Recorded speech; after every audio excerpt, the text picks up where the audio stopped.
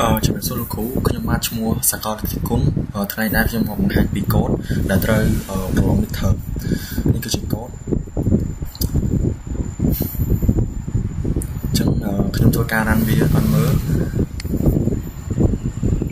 អញ្ចឹងកន្លែងនេះគេឲ្យយើង choose product អញ្ចឹង product មានពីលេខ1ដល់លេខ4លេខ1គឺជា laptop 2គឺជា mouse 3 keyboard 4គឺជា monitor អញ្ចឹងឥឡូវខ្ញុំសាកយក laptop អញ្ចឹងយកលេខ1តមកទៀតនេះគឺជាចំនួនអញ្ចឹងខ្ញុំយក6ទេអញ្ចឹងនេះគឺជា discount យើង discount 10% មក 1,500 សល់ 1,499 ហើយនេះមកយើងចង់ add more product យើងធ្វើការចុចអក្សរ Y ហើយយើងតេស្តទៅលើ mouse មក product ទី2 quantity ចំនួន2នេះអញ្ចឹង$20យើងទិញមក2អញ្ចឹង discount 5% សល់ 39.90 សេនឥឡូវយើងតេស្តទៅលើkeyboard មួយទៀតមកចុចអក្សរ Y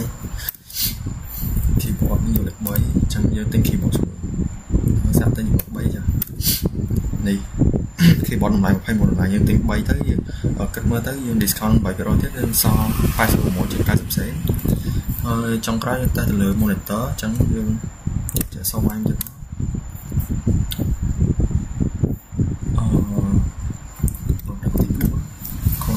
យើងឥឡូវយើងសាកទិញ monitor ចំនួន5នេះ